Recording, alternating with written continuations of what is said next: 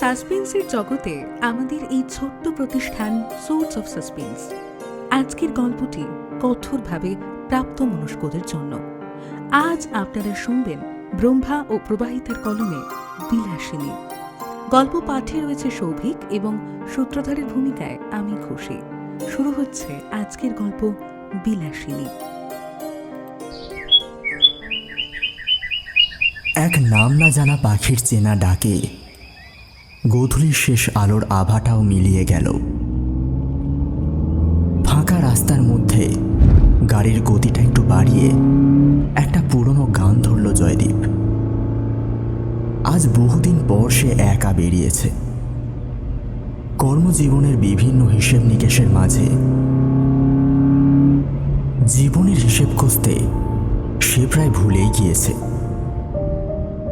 কলকাতার এক বড় নামী কোম্পানির মালিক জয়দীপ সামন্ত। বিন্দু বিন্দু শ্রম জমিয়ে সিন্ধু সমান ঐশ্বর্য সৃষ্টিকারী জয়দীপের চরিত্র এবং চেহারা উভয়ই প্রশংসনীয়। এক কথায় যাকে বলে একেবারে নিখাত। পরিবার বলতে মা বাবা, এক ভাই, এক বোন আছে তার। আজ সে একটা পারফেক্ট লাইফ লিড করছে। তবে আগে তার অবস্থা আজকের মতো ছিল না। কঠোর পরিশ্রম আর সততার পরিণাম হিসেবে আজ সে এই জীবন পেয়েছে। তার নেশা বলতে একটাই, আর তা হলো মাঝে মাঝে দু একদিনের জন্য নিরুদ্দেশ হয়ে নিজের হিসেবের চক্রব্যূহ থেকে বেরিয়ে এসে প্রকৃতির মাঝে হারিয়ে যাওয়া। আগে সে কাউকে না জানিয়েই নিরুদ্দেশ হয়ে যেত, তবে এখন পরিস্থিতি বদলেছে। এখন সে পরিবারের কাউকে না কাউকে জানিয়েই নিরুদ্দেশের পথে পাড়ি দেয়। আজ সকালে তার শখের গাড়িটা নিয়ে ছুটেছে জয়দীপ। পথের ধারে একটা ছোট্ট মতো ধাবা থেকে জলখাবারও খেয়ে নিয়েছে সে। তারপর আবারও ছুটে চলেছে। এখানে কেউ মিস্টার সামন্তকে চেনে না। এখানে সে সম্পূর্ণ এক উন্মুক্ত জয়দীপ। রাস্তার পাশে একটা সাইনবোর্ড দেখল জয়দীপ। ধুবুলিয়া পেরিয়ে এসেছে অনেক আগেই। বর্তমানে সে কোনো একটা গ্রাম্য পথ ধরে যাচ্ছে। ডান দিকের খোলা জানালাটা দিয়ে একবার বাইরেটা দেখতে যায় সে।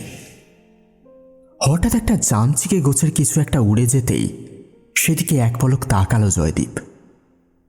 আর তার পরক্ষণেই আবার রাস্তার দিকে তাকাতেই ঘটল বিপত্তি।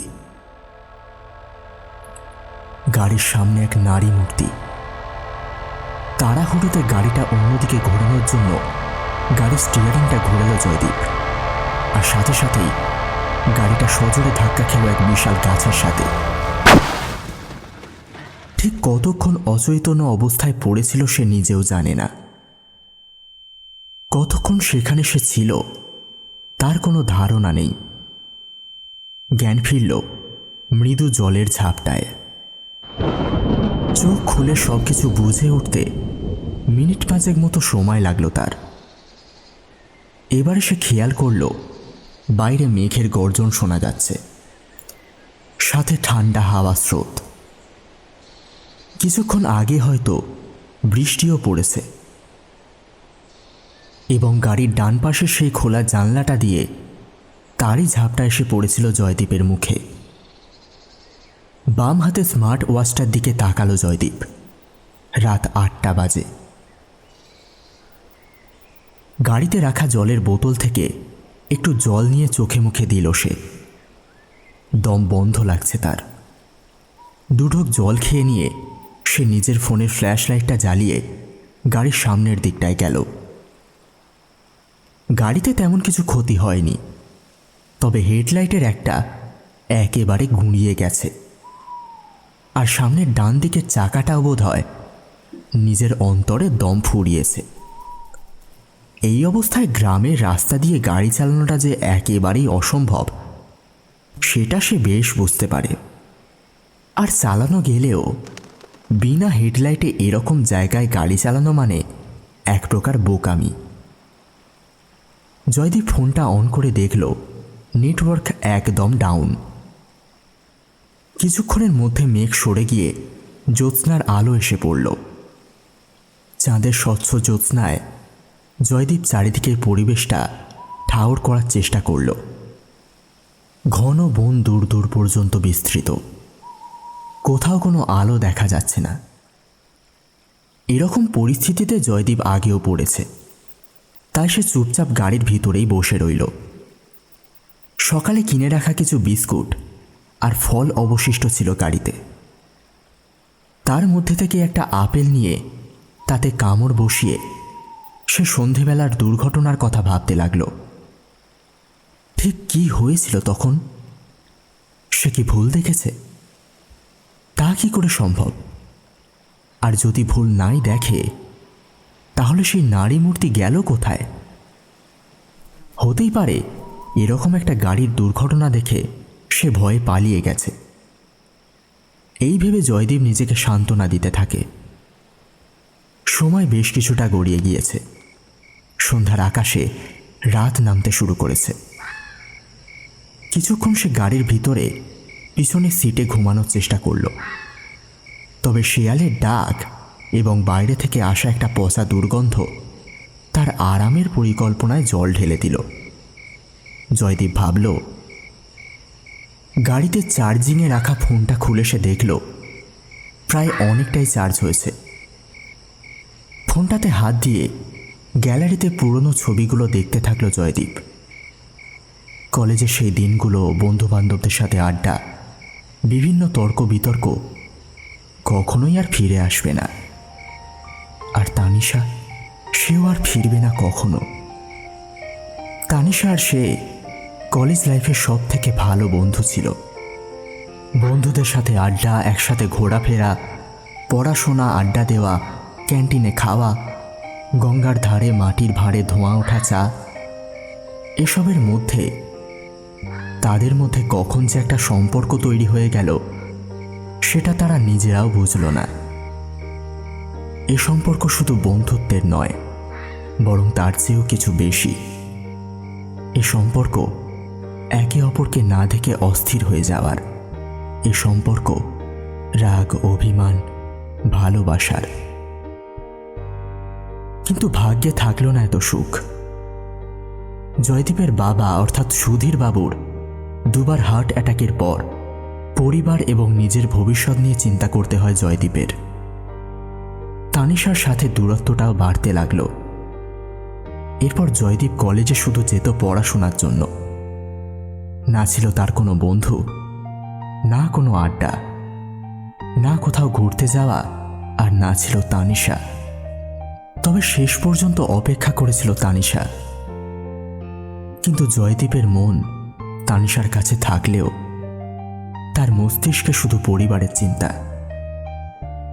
কলেজের শেষ দিনে সবাই যখন বন্ধুদের মাঝে কোলাকুলি ও কান্নায় ব্যস্ত, জয়দীপ তখন কলেজের সামনে দাঁড়িয়ে দোটানায় ভাবছিল যে বন্ধুদের সাথে শেষবার দেখা করবে কিনা।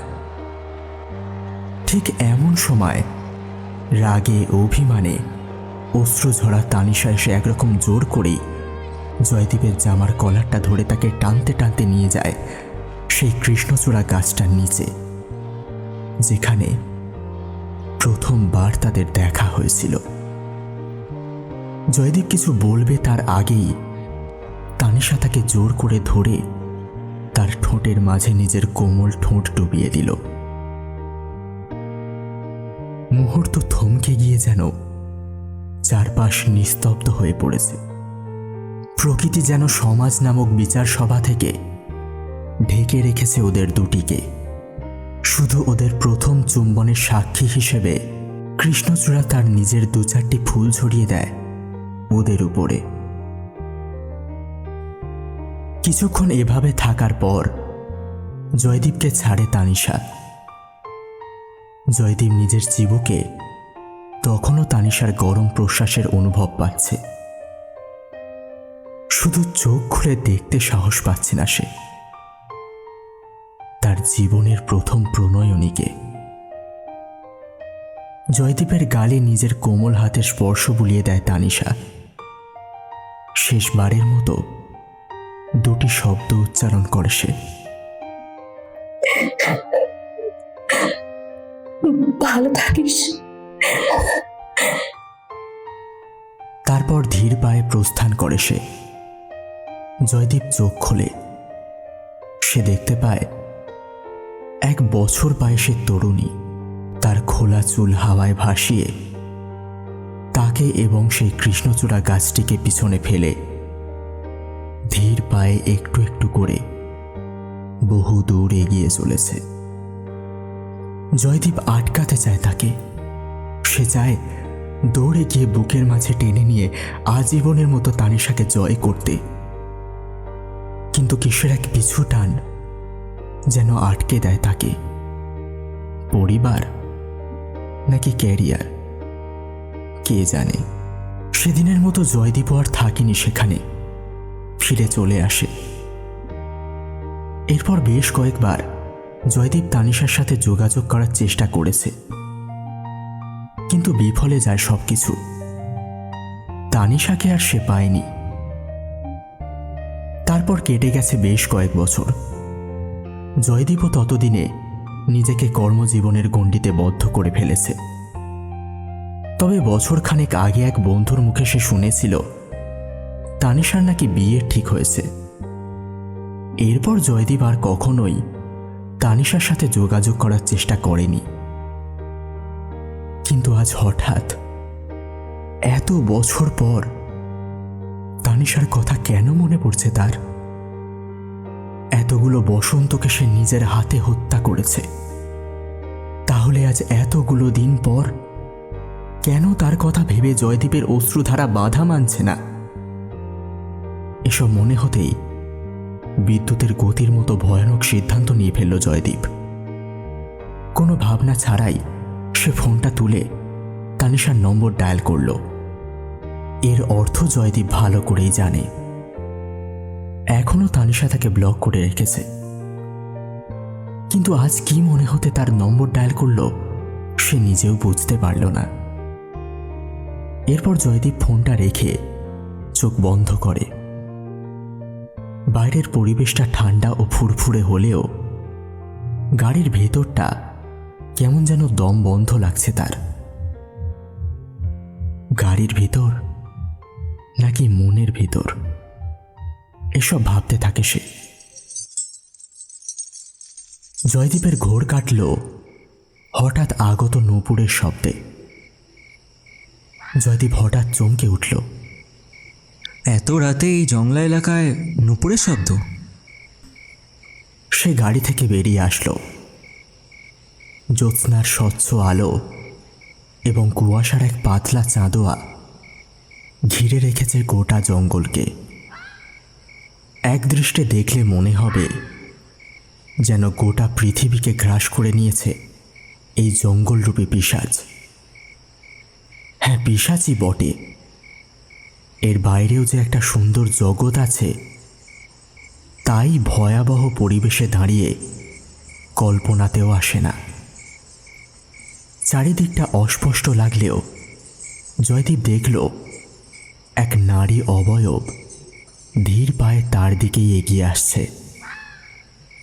সঙ্গে এক লহে বেজে চলেছে তার পায়ের নূপুর জোড়া। সেই শব্দ যেন আরো ভয়ঙ্কর করে তুলেছে জঙ্গলের পরিবেশকে।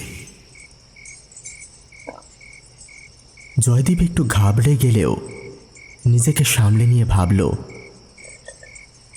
হয়তো আশেপাশের এলাকার মেয়ে, কাছে পিঠেই বাড়ি। ভাবতে ভাবতেই জয়দীপের মাথায় বুদ্ধি খেলে যায়। এত রাতে এরকম জায়গায় সে ছাড়াও আরেকটি মেয়ে আছে, মানে আশেপাশেই কোথাও একটা জনবসতি রয়েছে।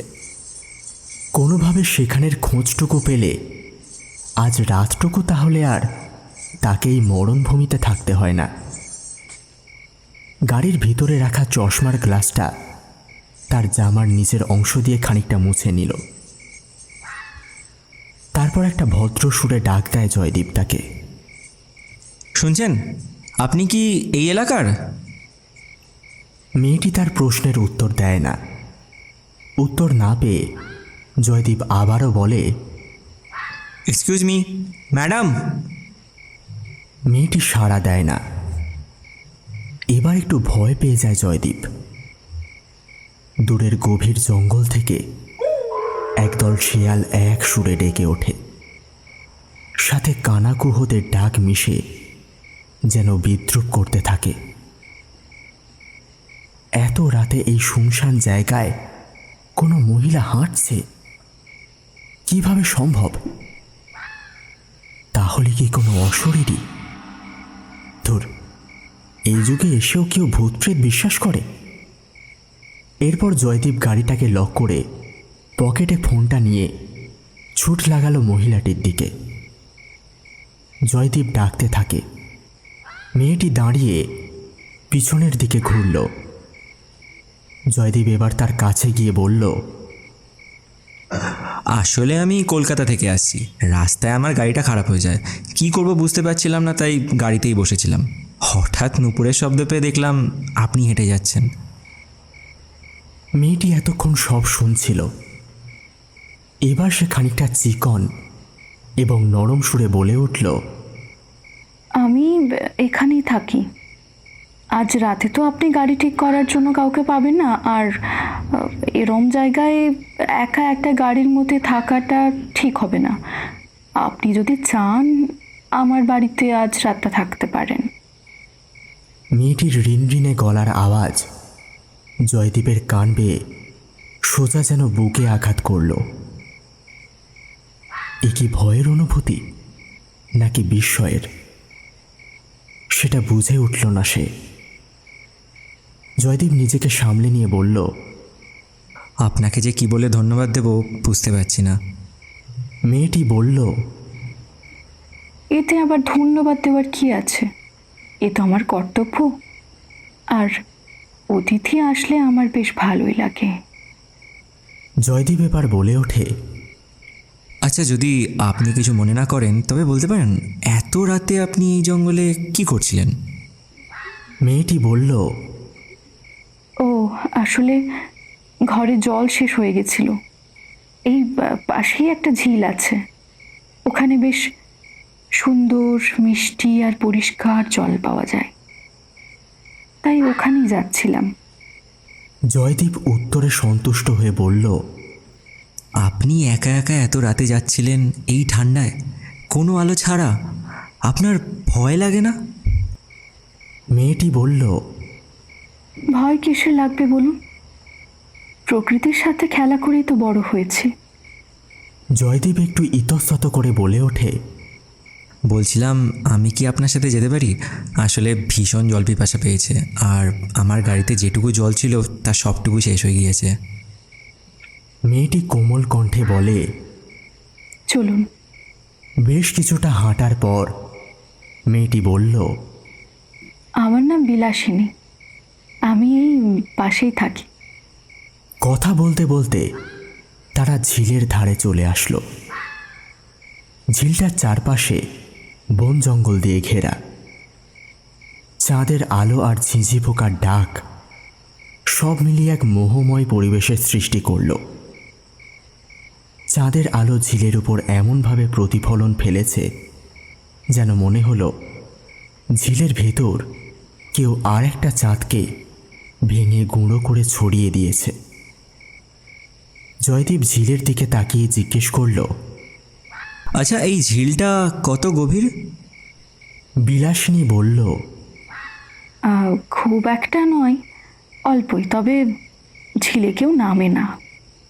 জয়দীপ দুপা ঝিলের দিকে বাড়াতেই বিলাসিনী বলল, ঝিলের ভেতর নামার কথা স্বপ্নেও ভাববেন না।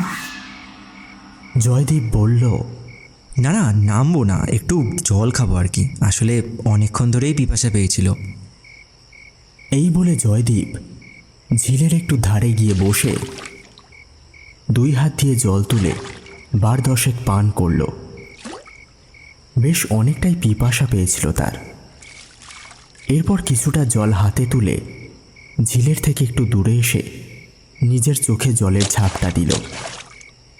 এরপর সে বিলাসিনীর দিকে তাকিয়ে বলল, নিন, আপনিও জল ভরে নিন।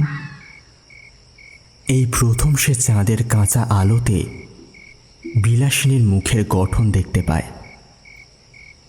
নিখুঁতভাবে দেখা না গেলেও আলোর আভায় বেশ বোঝা যায় এই মেয়েকে নিঃসন্দেহে রূপবতীর উপাধি দেওয়া যায়। হ্যাঁ, নারী জিনিসটাই অতীব সুন্দর।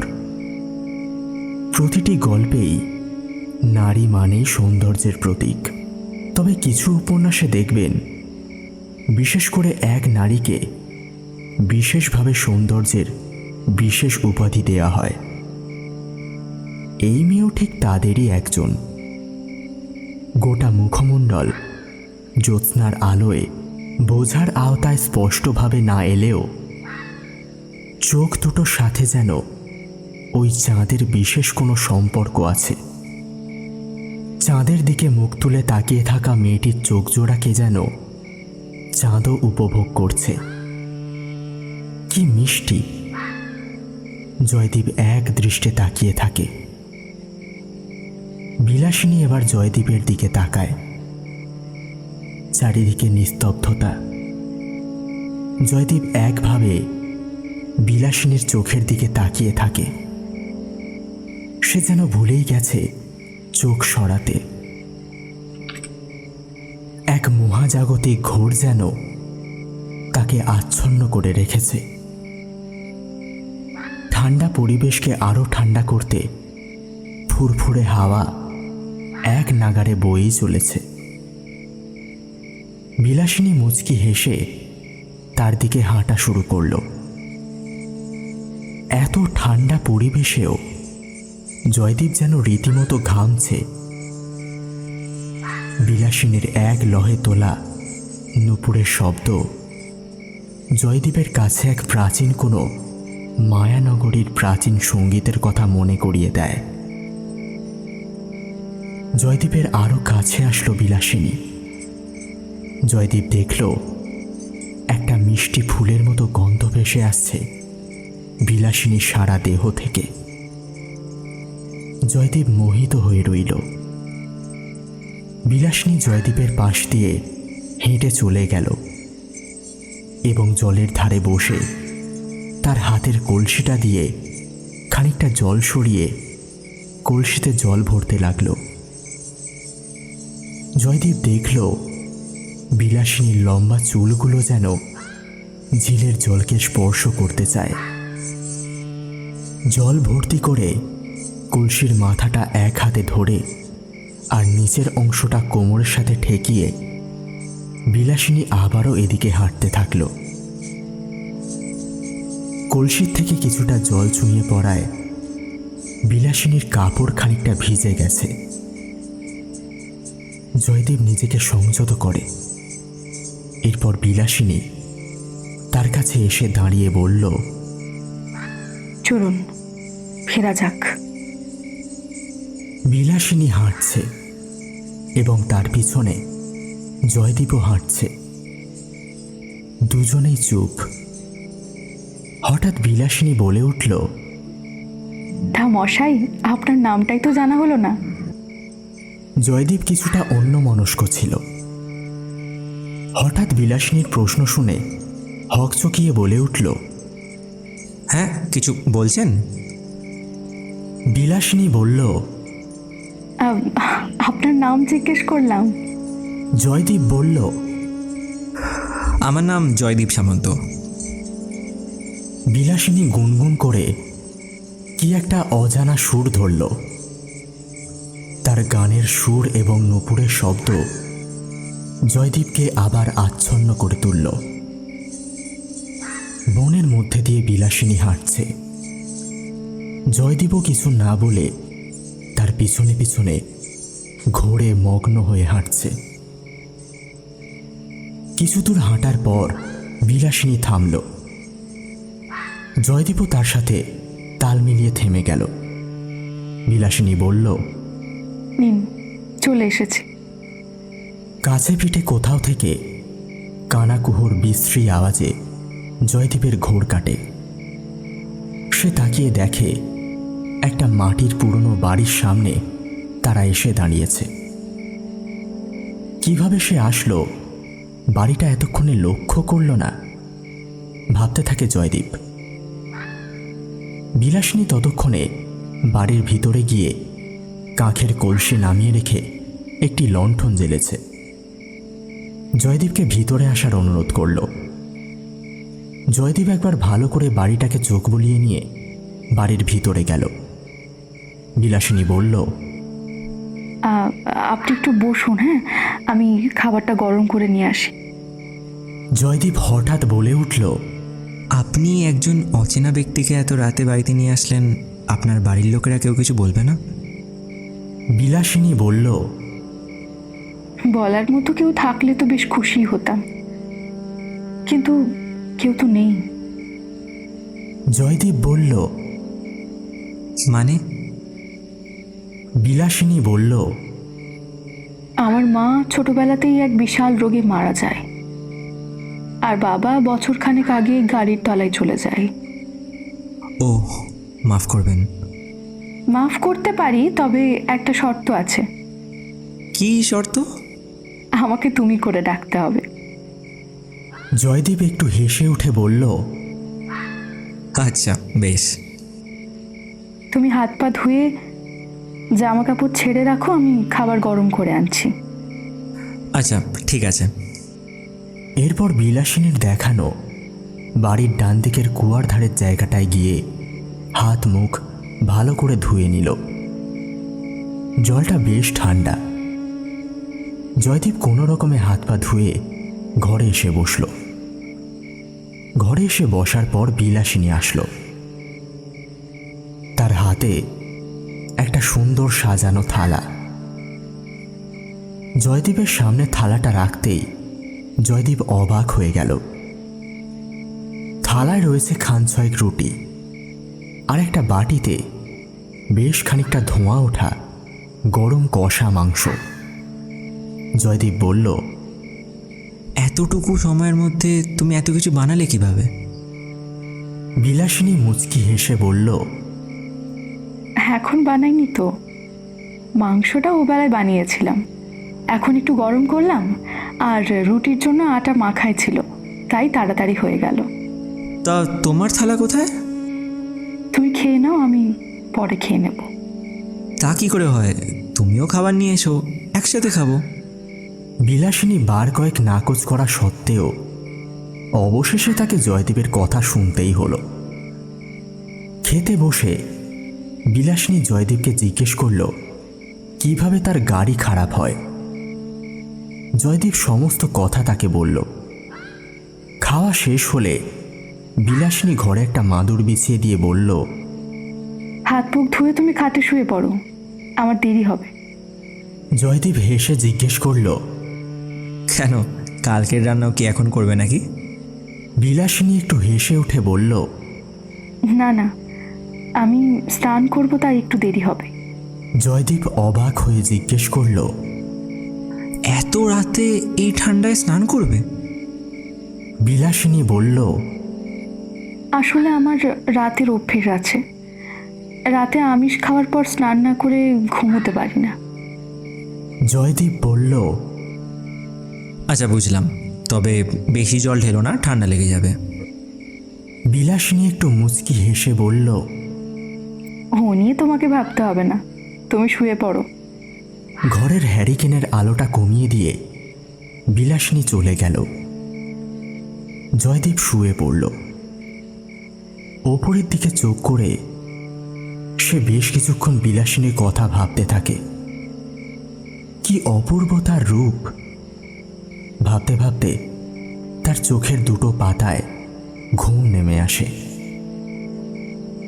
চোখটা বন্ধ করতেই একটা আলোর ছটা লাগলো। জয়দীপ দেখল জানলা থেকে চাঁদের আলো এসে একটা উজ্জ্বল কিছুর উপর প্রতিফলিত হয়ে তার চোখে লাগছে। জয়দীপ উঠে গেল কি জিনিস সেটা দেখতে। ঘরের এক কোণে একটি ট্রাঙ্ক জাতীয় কিছুর উপর বস্তুটি পড়ে আছে। জয়দীপ হাত দিয়ে সরাতে গিয়ে হাতে নিয়ে দেখল বেশ ভারী জিনিস। জানলার কাছে এসে বসতেই সে দেখল একটা পাণ্ডুলিপি, বেশ ভারী। পাণ্ডুলিপিটার উপরের দিকে একটা রত্ন মতো কিছু লাগানো। জয়দীপ বুঝতে পারল এটারই প্রতিফলন চোখে লাগছিল। পাণ্ডুলিপিটার প্রথম পাতা খুলে জয়দীপ দেখল একটা নাম, শ্রী কৃষ্ণকর আচার্য। জয়দীপ ভাবল হয়তো ইনি এই পাণ্ডুলিপিটা লিখেছেন।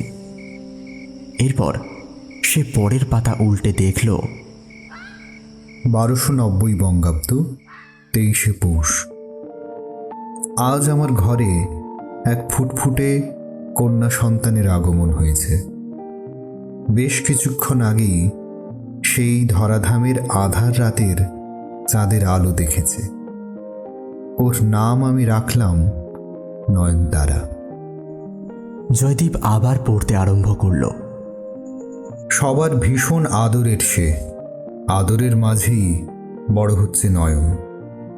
ছোট থেকেই তার খেলার সঙ্গী পার্থ। পার্থর মা বাবা ছিলেন আমাদের পারিবারিক আত্মীয়।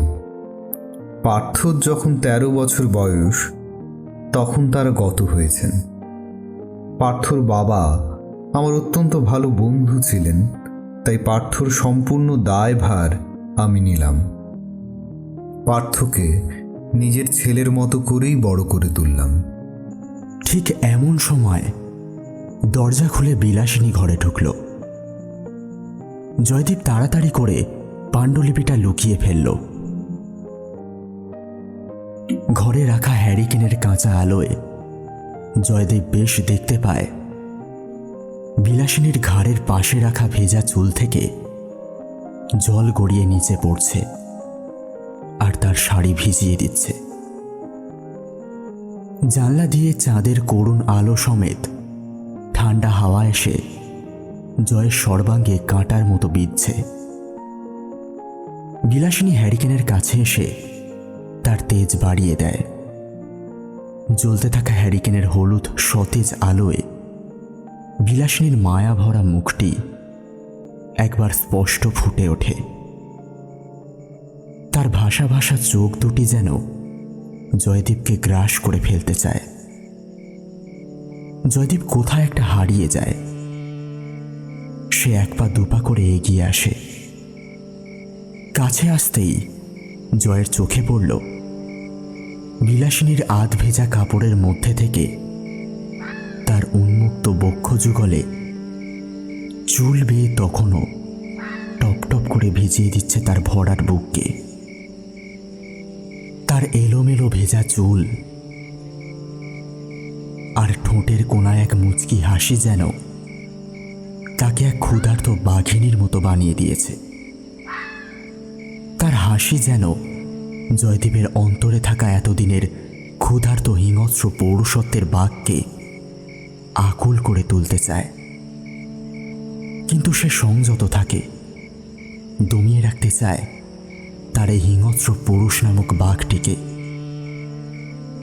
বিলাসিনী এবার তার দিকে একটু একটু করে এগিয়ে আসতে থাকে। জয়দীপ তার চোখ জোড়া বিলাসিনীর চোখের উপর রাখল। সে অনুভব করল বিলাসিনীর নরম প্রশ্বাস তার থুতনির উপর পড়ছে। একটা মিষ্টি সুবাস তার নাকে ঠেকছে। হঠাৎ কিছু বুঝে ওঠার আগেই বিলাসিনী আষ্টে পৃষ্ঠে জড়িয়ে ধরে জয়দীপের ঠোঁটকে। এবার জয়দীপও নিজেকে ধরে রাখতে পারল না। তার অন্তরে যেন দাবানল হানে। সে যেন আবার মোহিত হয়ে পড়ল, জড়িয়ে ধরল বিলাসিনীকে। উন্মাদের মতো দুটি প্রাপ্তবয়স্ক যুবক যুবতী যেন নিজেদের যৌবনের হিংস্রতাকে পরখ করতে নিজেদেরকে গিলে ফেলতে ব্যস্ত।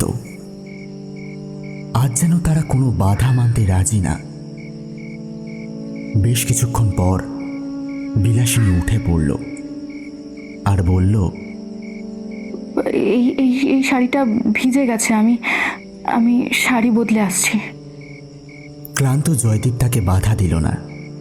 সে জানে না সে ঠিক করছে নাকি ভুল, সে জানতেও চায় না। সে শুধু তার অন্তরের এক বিশাল দাবানলের উষ্ণতাকে বিলাসিনীর দেহের সাথে ভাগাভাগি করে নেয়। বিলাসিনী ঘর থেকে চলে যায়। ক্লান্ত জয়দীপের চোখে মুখে তখন ঘুমের চাঁদোয়ারা। হঠাৎ তার মাথায় বিদ্যুতের মতো সেই পাণ্ডুলিপিটার কথা খেলে গেল। সে উঠে একবার ভালো করে দেখে নেয় বিলাসিনী আশেপাশে নেই। এবার সে সেই পাণ্ডুলিপিটা বার করে আবার পড়তে আরম্ভ করল। যত সময় গড়াতে থাকে পার্থর সাথে নয়নের বন্ধুত্বের সম্পর্ক তত গভীর হতে থাকল। সবসময় তারা একসাথে থাকে, একসাথে খায়, একে অপরের যত্ন নেয়, একে অপরের খেয়াল রাখে। আর এই বন্ধুত্ব যে কখন প্রেমে রূপান্তরিত হলো তা বুঝতে আমার খুব দেরি হয়ে গেছিল। নয়ন বড় হতে থাকলো, ক্রমশ তার জন্য সম্বন্ধ আসতে থাকলো। আর প্রতিবারই নয়নই সম্বন্ধের জন্য মানা করে দেয়। নয়ন পার্থকে ভালোবাসে সেটা বুঝতে আমার আর বাকি রইল না। কিন্তু সমস্যা জন্ম নিল এর পর থেকে। বেশ কিছুদিন যাবৎ পার্থর শরীর ভীষণ খারাপ করতে থাকলো। কোনো এক দুরারোগ্য ব্যাধি বাসা বেঁধেছে তার দেহে। 4 দিন আগে হঠাৎ তার জ্বর আসে। 2 দিন পর থেকে রক্তবমি হয়। ও পাড়ার বিধু বৈদ্য দেখে ভালো কিছুর আশ্বাস দেননি। ছেলেটা দিন দিন কেমন জানি মৃত্যুর মুখে ঢলে পড়তে থাকে। সেই সঙ্গে নয়নের রাতের ঘুম, খাওয়া দাওয়া উধাও হতে থাকে। মেয়েটা আমার দিন রাত এক করে ছেলেটাকে বাঁচানোর তাগিদে পড়ে রয়েছে। অমন ফুলের মতো মেয়েটা আমার দিন দিন কেমন যেন জলের অভাবে শুকিয়ে পড়ছে। 1 মাঘ। পার্থর শারীরিক অবস্থা দিন দিন আরো খারাপ হতে থাকে। এভাবে চলতে থাকলে ওকে আর ঠিক কতদিন বাঁচানো যাবে তা বলা মুশকিল। সকাল থেকে ইতিমধ্যে সে 3 বার রক্তবমি করেছে। কোনো ডাক্তার বৈদ্যি কেউই এই রোগের উপায় বলতে পারছেন না। অন্যদিকে নয়নও দিন দিন কেমন জানি ভেঙে পড়ছে। সে যেন কিছুতেই মানতে পারছে না পার্থর এই করুণ দশা। জয়দীপ পাণ্ডুলিপিটা থেকে তার চোখ সরিয়ে একবার নয়নতারার নামটা বিড়বিড়িয়ে নেয়। তারপর আবার পড়তে থাকে। 10ই মাঘ। আজ সকালে একবার পার্থর ঘরে এলাম। শীর্ণকায় দেহটি থেকে এই বুঝি প্রাণ পাখি উড়ে যায় করে। নয়ন ঠায় বসে আছে। মেয়েটার করুণ দশা দু চোখে মানা যায় না। পার্থর চোখ জোড়া মরা মাছের মতো স্থির হয়ে রয়েছে।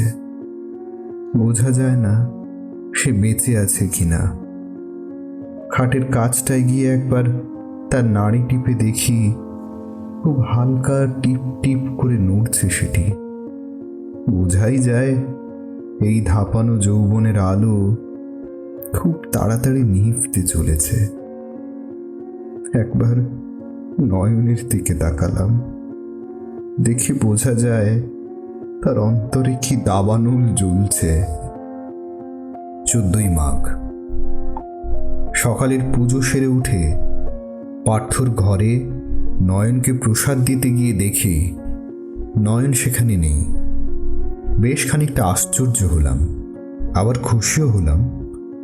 সেই যবে থেকে পার্থ শয্যাশায়ী হলো, তবে থেকে মেয়েটা একভাবে ঘর আঁকড়ে পড়ে আছে। বাইরে এসে নয়নের মাকে জিজ্ঞেস করতেই সে বলল নয়ন নাকি ঝিলের পাড়ে গেছে। মেয়েটার মনের ভার কমাতে আমিও গেলাম ঝিলের কাছে। পৌঁছতেই দেখি নয়ন এবং এক তান্ত্রিক গোছের কেউ কিছু বিষয় নিয়ে আলোচনা করছে। ব্যাপারটা আমার সন্দেহজনক লাগায় আমি সেখানে এগিয়ে যাই। আমার উপস্থিতি দেখে নয়ন বেশ কিছুটা ঘাবড়ে যায়। বাবা, তুমি এখানে? পরিস্থিতি বোঝার জন্যে আমি শান্ত হয়ে জিজ্ঞেস করি, উনি কে নয়ন? আমি একবার আপাতমস্তক ওনাকে দেখি। কালো আলখাল্লা পরিহিত, গলায় কিছু পাথরের মালা, চোখ দুটো অদ্ভুত রকম লাল এবং অদ্ভুত তার চাহনি। নয়ন একটু আমতা আমতা করে আমায় জানায় উনি নাকি একজন তান্ত্রিক। আমি নয়নকে পাল্টা প্রশ্ন করি, উনি তান্ত্রিক সে তো আমিও বুঝলাম, কিন্তু ওনার সঙ্গে কি কথা বলছো তুমি? নয়ন ইতস্তত হেসে বলল, বাবা, উনি বলেছেন উনি পার্থকে ঠিক করে দেবেন। মেয়ের মুখে এসব শুনে আমি হেসে ওকে বাড়ি পাঠিয়ে দিলাম এবং সেই তান্ত্রিককে বললাম, এসব লোক ঠকানো বন্ধ করুন। তান্ত্রিকটি আমার দিকে তাকিয়ে হেসে বলে, ঠিক 6 দিন পর তোর মেয়ের প্রাণের কাঁটাটা যে উপড়ে যাবে, তারপর দেখবি ওর অন্য রূপ। বলে উনি হাসতে হাসতে চলে যান। 20শে মাঘ। শেষমেশ যার ভয় ছিল তাই ঘটল। দীর্ঘ 1 মাস ধরে প্রায় নিভু নিভু প্রদীপটি আজ একেবারেই নিভে গেল। সারা বাড়িময় শোকের ছায়া।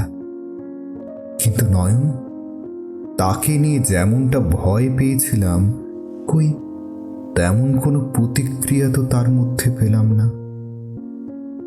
সে যেন পার্থর মৃত্যুটাকে খুব সহজেই মেনে নিয়েছে। সে যেন জানতো এমন কিছু হবেই। দাহ শেষ করে বাড়ি ফিরে দেখি নয়ন পার্থর বিছানা গোছাচ্ছে। নয়নকে এভাবে দেখে আমার মন মানতে চাইছে না। পার্থর মৃত্যুটাকে ও এত সহজে মেনে নিল। নয়নকে ডাকতে ও আমার দিকে তাকিয়ে এসে বলে, বাবা, তুমি এসে গেছো। দাহ ঠিক মতো সম্পন্ন হলো। তুমি হাত মুখ ধুয়ে একটু বিশ্রাম নাও। আমি আশ্চর্য হয়ে প্রশ্ন করলাম, তুই ঠিক আছিস তো মা? নয়ন হেসে জবাব দিল, হ্যাঁ বাবা, তোমার নয়ন একদম ঠিক আছে।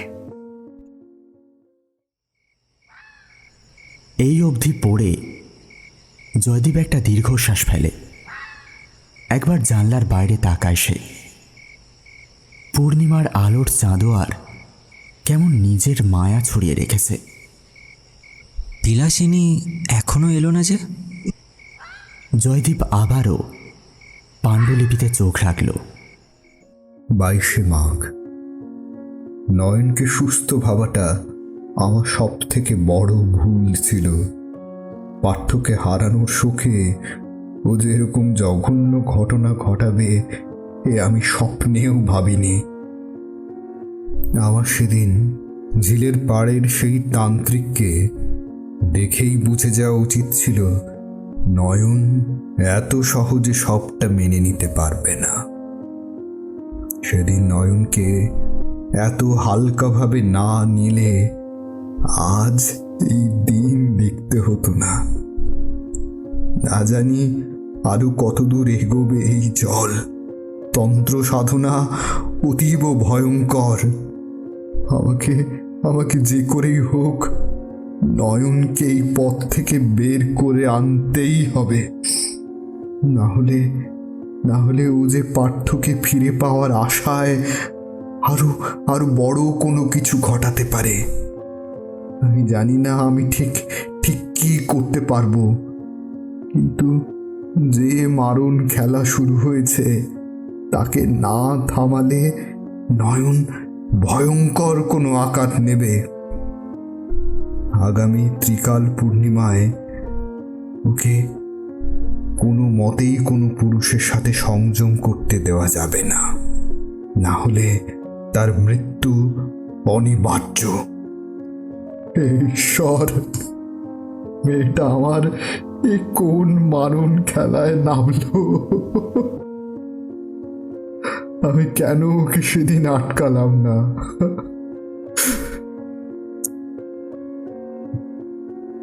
26শে মাঘ, আজ ত্রিকাল পূর্ণিমার মহারাত্রি। আজ দেবদেবীদের জাগ্রত হওয়ার বিশেষ দিন। 30 বছরে একবারই আসে এমন পূর্ণিমা। আজকে নয়নের উপর আমার বিশেষ নজর রাখতে হবে। ওকে যে করেই হোক সঙ্গম থেকে আটকাতেই হবে। এইটুকু পড়ে জয়দীপের রীতিমতো ঘাম ছুটে গিয়েছে। কে এই নয়নতারা? এই পাণ্ডুলিপি কার? বিলাসিনীর কাছেই বা এই পাণ্ডুলিপি এলো কি করে? জয়দীপ ঢোক গিলে আবার পড়বার জন্য পাতা উল্টাতেই সে দেখল পাতা শেষ। পরের পাতায় আর কিছু লেখা নেই। জয়দীপের মনে হাজারো প্রশ্নের ভিড়। নয়ন কি করেছিল? কে এই নয়ন? কি বা তার পরিচয়? জয়দীপ আরও একটা পাতা উল্টাতেই দেখল পাতার মাঝ বরাবর শুধু লেখা, যাহা নয়ন রূপে জন্মেছিল তাহাই বিলাসিনী রূপে ধ্বংস করিবে। জয়দীপের মাথা কাজ করা বন্ধ করে দিয়েছে। যাহা নয়ন রূপে জন্মেছে তাহাই বিলাসিনী ধ্বংস, এসব কি? ভাবতে ভাবতে সে একবার বাইরের দিকে তাকায়। বাইরের দিকে তাকিয়ে দেখে পূর্ণিমার আলো উধাও। জয়দীপের বুকের ভিতরে দামামা বাজতে থাকে। পাণ্ডুলিপি সরিয়ে সে জানলার কাছে আসে। চন্দ্রগ্রহণ। জয়দীপের কপালে বিন্দু বিন্দু ঘাম জমতে থাকে। বিলাসিনী এখনো এলো না যে? বিলাসিনী! মস্তিষ্কে বিদ্যুৎ খেলে যায় তার। দৌড়ে এসে পাণ্ডুলিপির শেষ পাতাটা খুলে আরও একবার পড়ে। যাহা নয়ন রূপে জন্মেছে তাহাই বিলাসিনী রূপে ধ্বংস করিবে। জয়দীপের আর কিছু বাকি রইল না বুঝতে। সে দৌড়ে বাইরে আসে, খুঁজতে থাকে বিলাসিনীকে। বাইরে আসতেই সে দেখে বিলাসিনী উবু হয়ে বসে একটি মাটির কলসিতে ছাই তুলছে। বিলাসিনীর মুখ দেখা যায় না, বাইরে গ্রহণ লেগেছে। জয়দীপ প্রশ্ন করে, কে তুমি? বিলাসিনী একটু থামে, তারপর আবার ছাই ভরতে থাকে। জয়দীপ উৎকণ্ঠা হয়ে জিজ্ঞেস করে, পার্থকে? নয়নকে? তোমার সাথে নয়নের কি সম্পর্ক? নাকি নাকি তুমি নয়ন? বিলাসিনী উঠে দাঁড়ায়। সে ভারী গলায় বলে, তুমিও তাহলে পাণ্ডুলিপি পড়ে নিলে শেষমেশ? ভয়ে ভীত হয়ে জয়দীপ বলে ওঠে, হ্যাঁ পড়েছি। তার আগে বলো, তুমি বিলাসিনী নাকি নয়ন? তুমি যদি নয়ন হও তাহলে কৃষ্ণকরাচার্যকে, ওনার সঙ্গে তুমি কি করেছো? গ্রহণের কারণে চারিদিকে অন্ধকার ছেয়ে গেছে। জয়দীপ বিলাসিনীকে না দেখতে পেলেও তার এক পা দুপা এগিয়ে আসাটাকে ভালোভাবেই অনুভব এবং শ্রবণ করতে পারে। বিলাসিনী এবার হাসতে হাসতে অট্ট হাসিতে মেতে ওঠে। তারপর বলতে থাকে,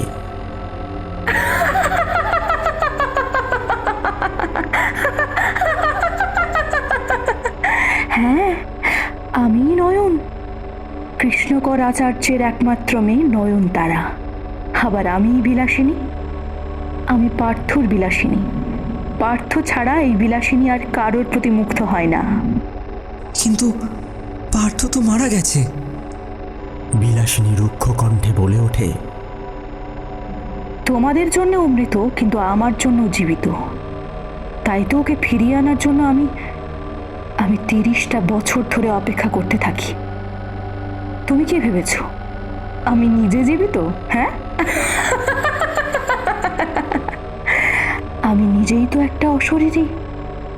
আজ থেকে 100 বছর আগে আমার মৃত্যু হয়, তবুও আমি বারবার ফিরে আসি আমার ভালোবাসার মানুষটিকে একটি বার দেখবার জন্য। 30 বছরে একবার আসে এই ত্রিকাল পূর্ণিমার রাত।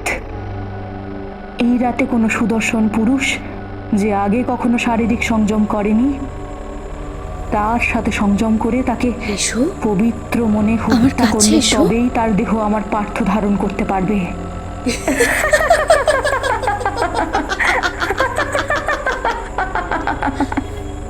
এই বলে বিলাসিনী অট্টহাসি দিয়ে ওঠে। আর কৃষ্ণকর আচার্য, উনি আমার বাবা হলে কি হবে? আমার আর পার্থর মাঝে যে আছে আমি তাকে শেষ করে দেব। জয়দীপের আর কিছু বোঝার বাকি রইল না। সে এক দানবের সাথে সঙ্গমে মেতেছিল। বিলাসিনীর পাতা মরণ ফাঁদে সে নিজেকে জড়িয়ে ফেলেছে। ইতিমধ্যে গ্রহণ ছেড়ে আবারও ভরাট পূর্ণিমা লেগেছে। চাঁদের আলো ছড়িয়ে পড়েছে চারিদিকে, আর সেই চাঁদের আলোয় জয়দীপ স্পষ্ট দেখতে পাচ্ছে বিলাসিনীকে। কোথায় সেই সৌন্দর্য মাখা মুখ? কোথায় সেই কাজল আঁকা চোখ? কোথায় সেই সুগন্ধ কোমর ছাপা চুল? জয়দীপের সামনে কে? ভয়ে জয়দীপের গা গুলিয়ে ওঠে। এ যেন এক কঙ্কাল মূর্তি। তার অক্ষি কোঠরে চোখ নেই, গাঢ় অন্ধকারে ঠাসা। শরীরের কোথাও চামড়া নেই। এ কি বিভৎস রূপ! সারা গা থেকে ছড়িয়ে পড়া মাংস পচা গন্ধে শরীর গলিয়ে উঠছে জয়দীপের।